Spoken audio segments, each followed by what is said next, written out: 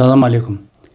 Deməli, X atomunda elektron təbəqələrin sayı 3-dür. Yəni, bu 3-cü dövr elementidir. Yəni, 3s1 yazsaq, burada 3s1, 3p0, 3d0, burada 3 dənə p'də, 5 dənə d'də, 8 dənə boş orbital lazımdır. Burada isə cavabda 7 dənə boş orbital yazıb. Normal halı bu deyil.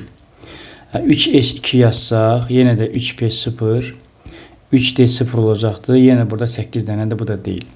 Üçüncü qrupda 3s2, 3p1, 3d0 olanda p'də artıq 2 dənə, d'də də 5 dənə, 7 dənə boş orbital var. Amma sonrakine daha baxmırıq. Niyə? Çünki sonra gələnlər qeyri-metallardır və qeyri-metallar da idrar ortofosfat, yəni turşu qalığından birləşə bilməz.